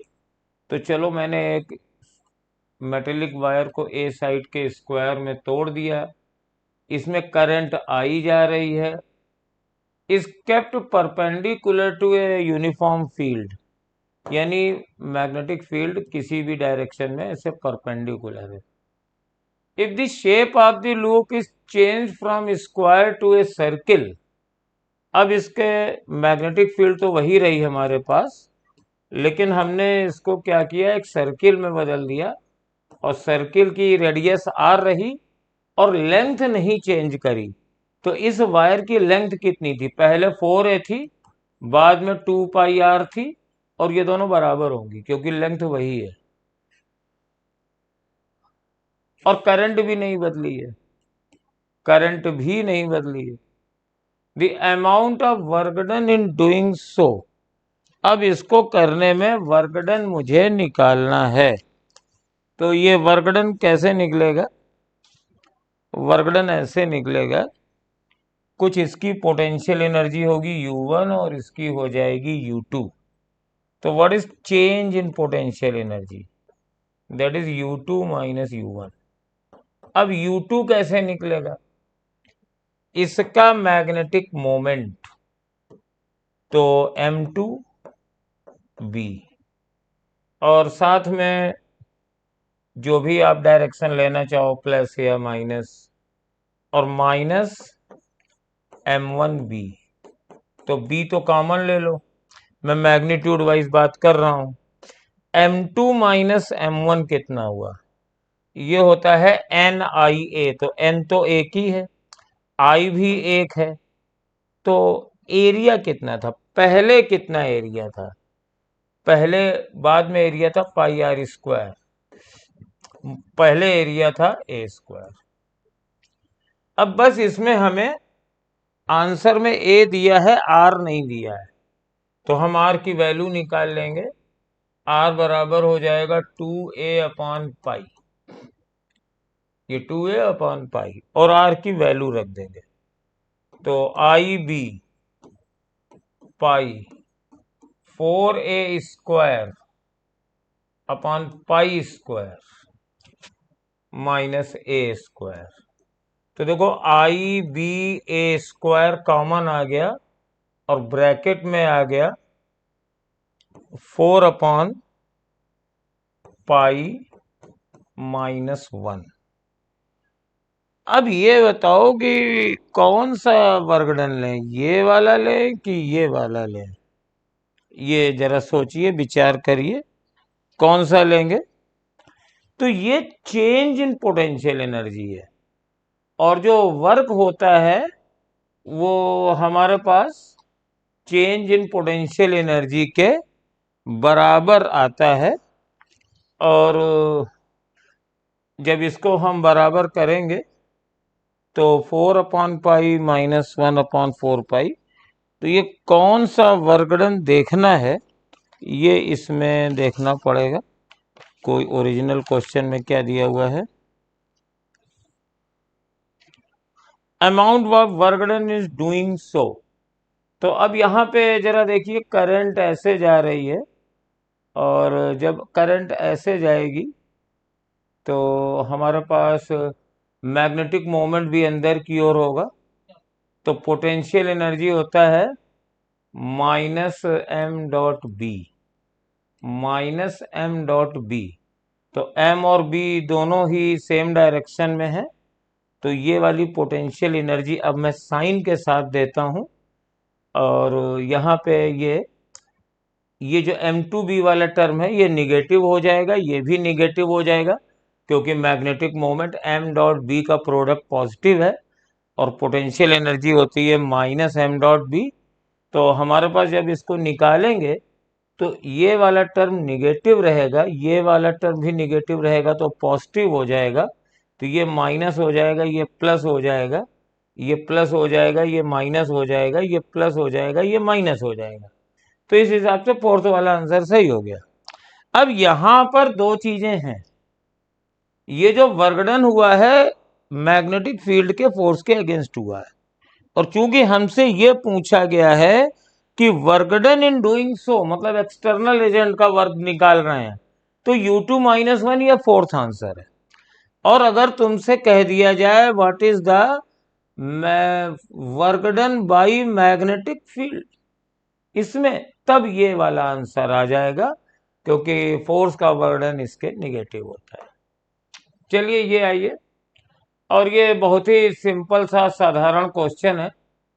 ये 50 वोल्ट का अल्टरनेटिंग सोर्स है, और साथ में ये रेजिस्टेंस 15 ओम है, ये 60 वोल्ट है, ये 100 वोल्ट है, और क्या अमीटर की रीडिंग पूछ रहे हैं, मतलब करंट पूछी जा रही है। तो सबसे पहले हम VR निकाल लेंगे, हम निकालेंगे VR, मतलब इसमें कितना पोटेंशियल है। तो आप जानते हो 50² बराबर ये इन दोनों का स्क्वायर, तो इसकी रीडिंग 100 वोल्ट है, तो 100 - 60 का होल स्क्वायर प्लस VR का स्क्वायर, ये जानते हैं ना, E² बराबर, थोड़ा मोटा कर लिया जाता है, E² बराबर VL - VC का होल स्क्वायर प्लस VR²। तो 50² बराबर 40 का square plus V R square, तो वी आर बराबर आ जाएगा 30। अब इसके अक्रॉस 30 है, रेजिस्टेंस 15 है, तो करंट हो जाएगी 30/15, यानी 2 एम्पियर की करंट हो गई। बस छोटा सा क्वेश्चन था। अब आइए नेक्स्ट में आइए। A body is projected vertically in upward direction from ground with speed 20. It will come on ground after, कि सीधा फॉर्मूला है 2u/g, तो 2 × 20/10, तो मेरे पास ये 4 सेकेंड आ जाएगा।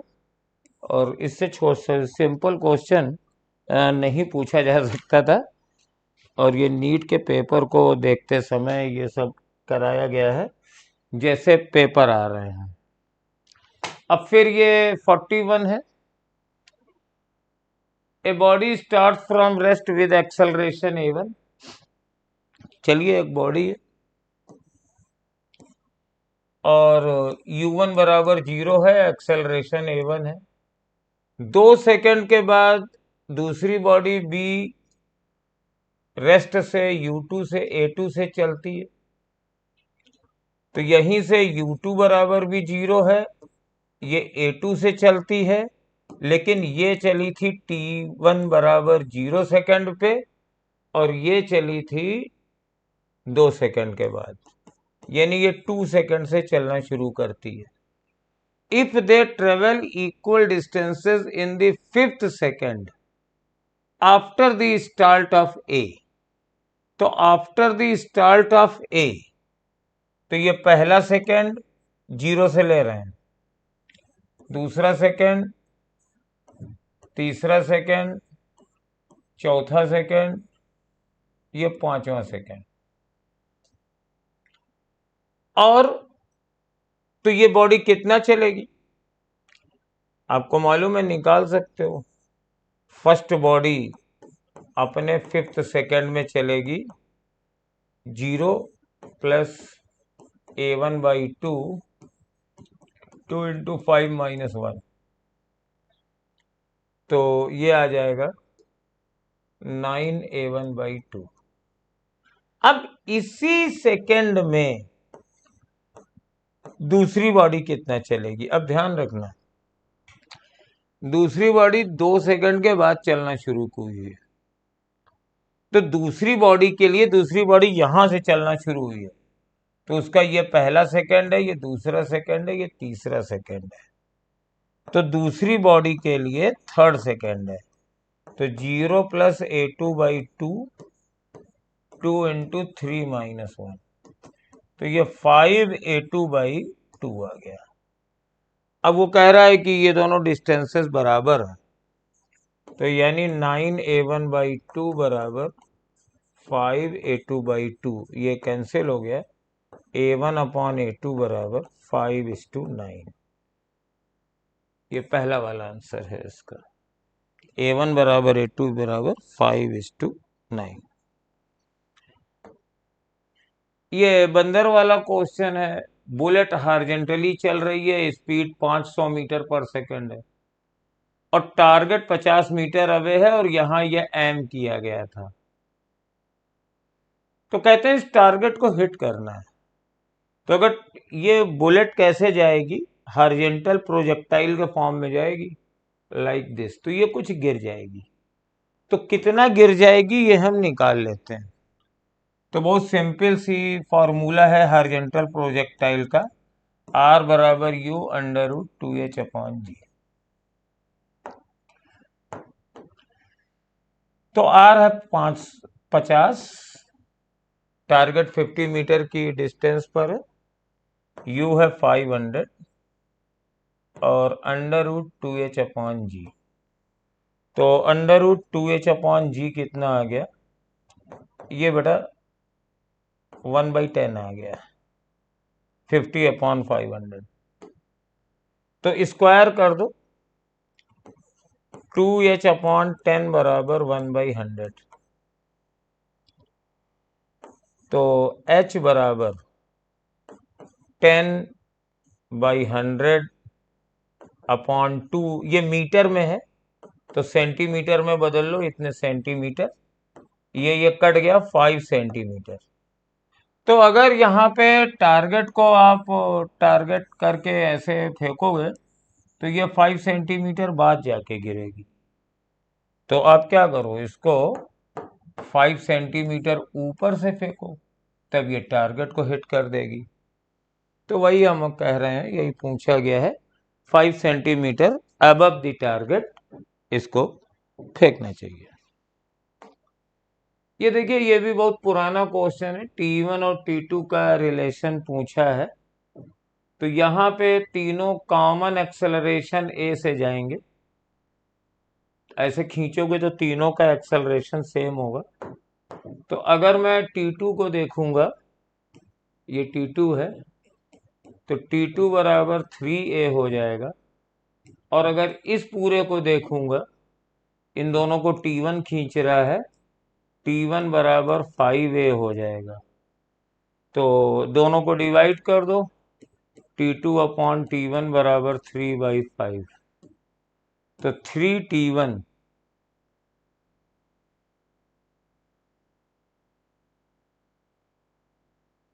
अच्छा ये 12 है, ये 12 है, तो T2 तो बराबर 3 है, ठीक है, और ये 12×3 15 है, ठीक। तो T2 अपॉन T1 बराबर 3/15, ठीक। तो अब क्या बना, ये 5 आ गया, तो T1 बराबर 5T2, ये मेरे पास थर्ड वाला ऑप्शन इसका आ गया। वेरी इजी क्वेश्चन था। चलिए नेक्स्ट में आते हैं। अब ये एलिवेटर में एक पुली ली गई है, बहुत ही ये है, एलिवेटर का एक्सेलेरेशन दिया गया है, tension in the string A B लिखी हुई। तो यहाँ पर मैं आपको एक डायरेक्ट फॉर्मूला बताता हूँ।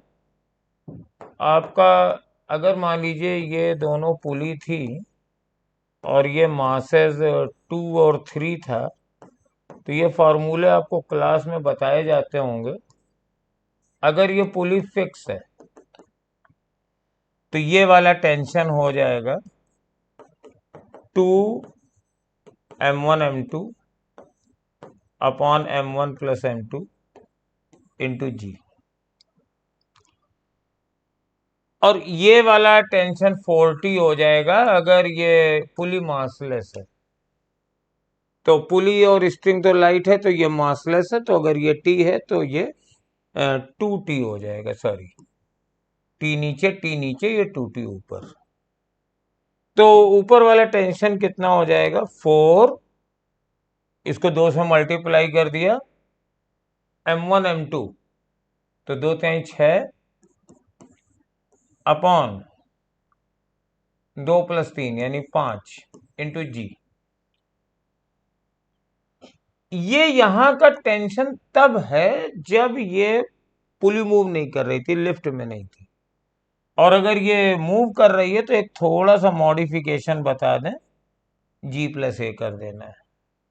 ये एक कॉमन टेक्निक है, G+A, अगर ये ऊपर जा रही है ऐसे तो G+A, तो ये G+G/4 कर देंगे, ठीक है। 4 से मल्टीप्लाई करते हैं, 6/5 4G+G, तो ये आ जाएगा 6 इंटू 5 इंटू 5G, तो 5 कट गया, आंसर 6G आ रहा है, आंसर इज 6G।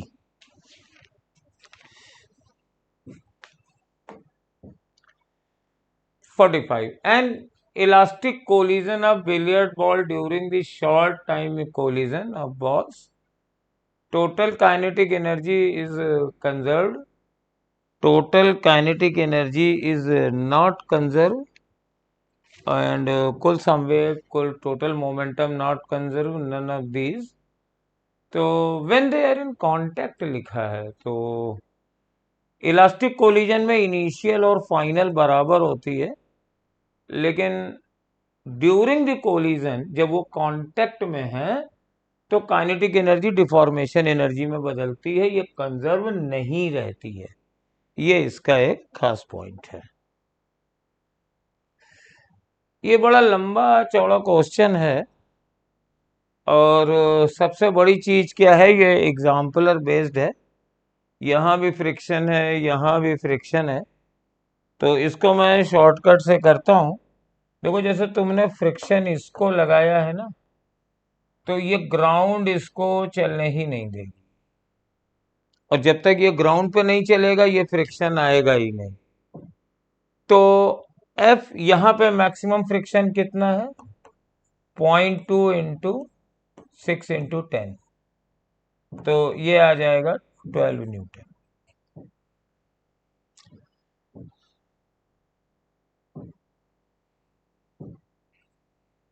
तो अगर ये वाला फोर्स 12 न्यूटन से कम है, तो ये दोनों ब्लॉक चल ही नहीं सकते, दोनों रेस्ट में रहेंगे। पहले यहीं से देखते हैं। अगर तुम नीचे खींचोगे ना, तो फ्रिक्शन पहले नीचे डेवलप होता है, ऊपर तब होगा जब इस पे ये चलने लगेगा। तो ये मैंने यहाँ पे मैक्सिमम फ्रिक्शन लगाया, ग्राउंड और 4 kg के बीच में, वो आया कितना आया, 12 न्यूटन आया। तो अगर ये फोर्स 12 न्यूटन से कम है तो 4 kg चलेगा ही नहीं, और जितना तुम लगाओगे 10, 5, उतना पीछे ग्राउंड लगा देगी।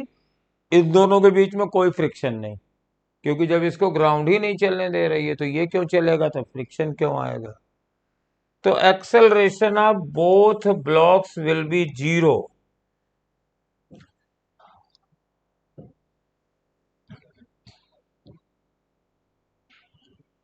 तो मैक्सिमम पॉसिबल, तो ये F बराबर 10 न्यूटन है ये।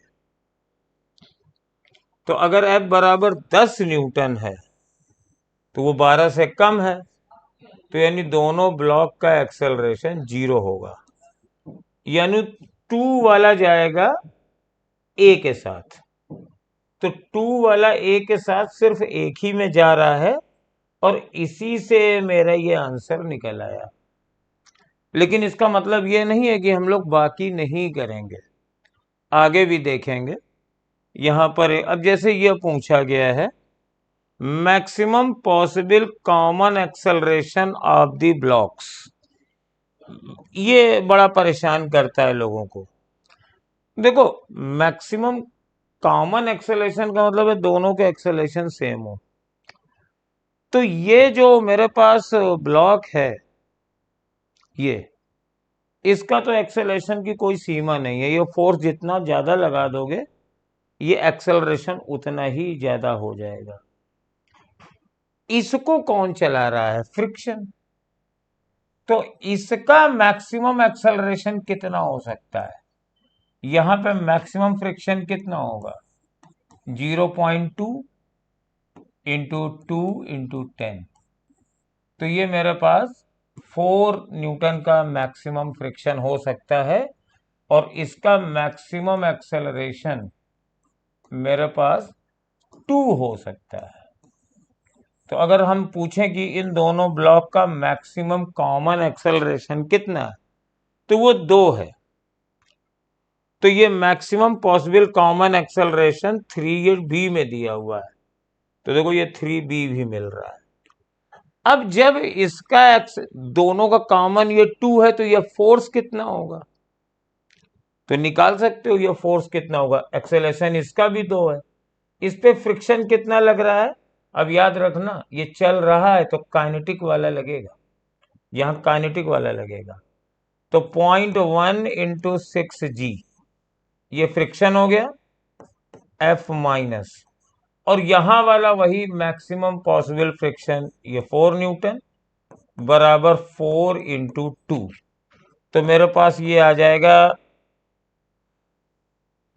G10 होता है तो ये 6 आ गया, तो -6 -6 -4, ये -10,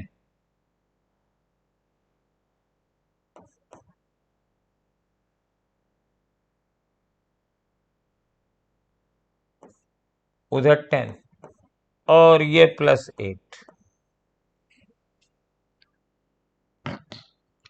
अब इसको निकालो, तो maximum value of F so that block should move with the same acceleration. तो ये इसकी वैल्यू मेरे पास 4 की डी आ रही है 24 न्यूटन। तो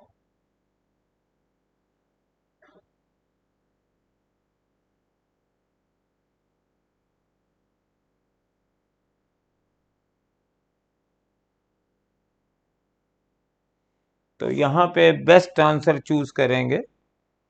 अगर यहाँ पे 0.2 ले लेते हैं तो ये 12 हो जाएगा, और 12 और 8 20 और 4 24। तो अगर इसको स्टैटिक फ्रिक्शन से कैलकुलेट करें तो ये 24 आता है। तो 24 न्यूटन तक, लेकिन ये 24 तक नहीं चलेगा, ये बेसिकली 18 तक ही चलेगा। तो दिए गए आंसर में बेस्ट वाला ये है, ये। अगर हम मान लें ये स्टैटिक लग रहा है, और maximum possible static force between ground and 4 kg block. तो maximum possible static force between ground and 4 kg block, तो मेरे पास ये 1 आ रहा है, इसका आंसर सी आ जाएगा। ये 12 न्यूटन है, वो 12 न्यूटन तो हमने पहले ही निकाला था। 12 न्यूटन तक ये स्टैटिक रहेगा, उसके बाद ये चलने लगेगा। यहाँ पर क्या है कि कुछ लोग इसको म्यू एस ले लेते हैं, कुछ को म्यू के ले लेते हैं, तो ये दोनों आंसर सही माने जा सकते हैं।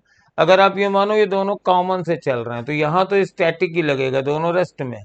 यहाँ पर अगर तुमने काइनेटिक लिया है तो 0.1 से मल्टीप्लाई करेंगे तो वो 18 आएगा, और 0.2 से करेंगे तो 24 आएगा।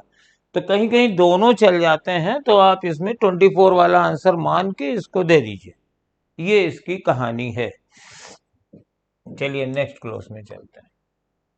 और ये सिंपल सा है, फ्रीक्वेंसी पूछ रहे हैं, तो 1/2 पाई और √m, और k कितना होगा, ये दोनों पैरेलल में है तो 6k, और ये दोनों का सीरीज है तो 6k × 3k अपॉन 6 + 3k। तो k से k एक कट जाएगा, 6 × 3 = 18/9, 2k आ जाएगा। तो ये थर्ड वाला आ जाएगा। क्वेश्चन नंबर 48 ये SHM पर बेस्ड है। एक प्लेटफॉर्म है जो ऑसिलेशन कर रहा है, और इसका एम्पलीट्यूड यानी y मैक्सिमम जो है ये a के बराबर है। इसके ऊपर एक ब्लॉक रखा हुआ है, और हम चाहते हैं कि ये जब ऑसिलेट करे तो ब्लॉक प्लेटफॉर्म से गिरने ना पाए। तो ब्लॉक पे दो फोर्स लगेंगे, mg और दूसरा नॉर्मल रिएक्शन, और ब्लॉक का एक्सेलरेशन होगा जब ये ऊपर जा रहा है, इस प्लेटफॉर्म के साथ ये ऊपर जा रहा है। तो जब ये ऊपर जा रहा है और SHM में है तो एक्सेलरेशन नीचे होगा। तो mg - n बराबर my ओमेगा स्क्वायर। अब यहां नॉर्मल रिएक्शन कितना हुआ, नॉर्मल रिएक्शन हो गया mg - my ओमेगा स्क्वायर। अगर ये नीचे जाएगा तो एक्सेलरेशन ऊपर होगा, तब हम लिखेंगे n - mg बराबर my ओमेगा स्क्वायर। तो n बराबर mg + my ओमेगा स्क्वायर। और इससे क्लियर है कि ब्लॉक जितना नीचे की ओर डिस्प्लेस होगा, नॉर्मल रिएक्शन बढ़ता जाएगा, गिरने के कोई चांसेस नहीं है। गिरेगा तो अपवर्ड मोशन में ही गिरेगा जब प्लेटफॉर्म ऊपर जा रहा है। तो अब आपको अगर ये ब्लॉक ना गिरे तो नॉर्मल रिएक्शन हमेशा 0 से बड़ा होना चाहिए, यानी mg की वैल्यू my ओमेगा स्क्वायर से बड़ी होनी चाहिए। अब ये सबसे बड़ी वैल्यू कब होगी, जब ये पीक पर होगा, यानी एम्पलीट्यूड होगा। तो M G greater than M A omega square होना चाहिए, M G must be greater than, तो एम से एम कट गया, तो ओमेगा स्क्वायर बराबर आ गया less than or equal to G by A, या ओमेगा आ गया under root G by A. अब हमसे तो ये टाइम पीरियड पूछ रहा है, तो टी बराबर 2 पाई अपॉन ओमेगा होता है, तो 2 पाई और इसको जब उल्टेंगे तो ए बाई जी आ जाएगा, और इसलिए सेकंड वाला आंसर है। ये क्वेश्चन आपके प्रीवियस ईयर में आ भी चुका है, बहुत इंपॉर्टेंट है, ध्यान रखिएगा। और ये लास्ट है, मैग्नेटिक फ्लक्स साइन टी है, ईएमएफ ई बराबर माइनस एन और D phi by D T, तो साइन टी का होता है कॉस टी, और टी बराबर पाई बाई 2 पे 0 हो जाएगा, तो इसका आंसर 0 हो गया। लास्ट क्वेश्चन आज का, और ये मोमेंट ऑफ इनर्शिया हमारा पूछा गया है O1 के अबाउट, तो इसको हम निकाल लेते हैं। पहली बात तो देखो कि अगर पूरी डिस्क का मास m है, तो इस डिस्क का मास m/4 होगा, ये अच्छी तरीके से समझ लो, क्योंकि डिस्क है, यूनिफॉर्म है, तो एरिया प्रोपोर्शनल टू मास होगा, तो ये रेडियस r है, इसकी रेडियस r/2 है, तो अगर पूरी डिस्क का मास m ले लो तो इस डिस्क का मास m/4 होगा। अब पूरी डिस्क का मोमेंट ऑफ इनर्शिया इस ओवन के अबाउट कितना होगा, निकाल सकते हैं। इसके अबाउट तो हमें मालूम है, हाफ mr², और इसमें m इंटू ये r/2 का स्क्वायर हमने और ऐड कर दिया, तो ये पूरी डिस्क का मोमेंट ऑफ इनर्शिया O1 के अबाउट आ गया। और कटी हुई डिस्क का moment of inertia half m/4 और r/2 का स्क्वायर हो गया। अब इन दोनों को माइनस कर दो तो आंसर आ जाएगा, और जब माइनस कर दोगे थोड़ा बहुत गुणा भाग कर लेना, तो आंसर ये आ जाएगा 23 mr²/32। अब कहो तो इसको हम कैलकुलेट करके दिखाएं, और नहीं तो कैलकुलेट कर लेना। तो नेक्स्ट FST में मिलते हैं। Thank you for cooperation. कोई डाउट हो तो बेटा कमेंट करके पूछ सकते हो, हम रिप्लाई कर देंगे। प्रॉमिस।